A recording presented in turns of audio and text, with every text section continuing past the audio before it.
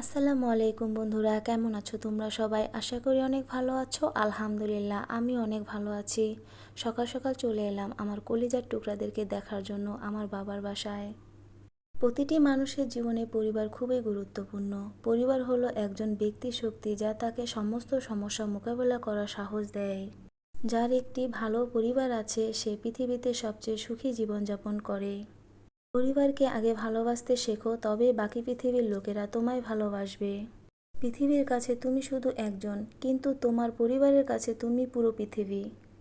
যে ব্যক্তির অন্তরে তার পরিবারের প্রতি পূর্ণ শ্রদ্ধা থাকে সেই ব্যক্তি অবশ্যই সফল।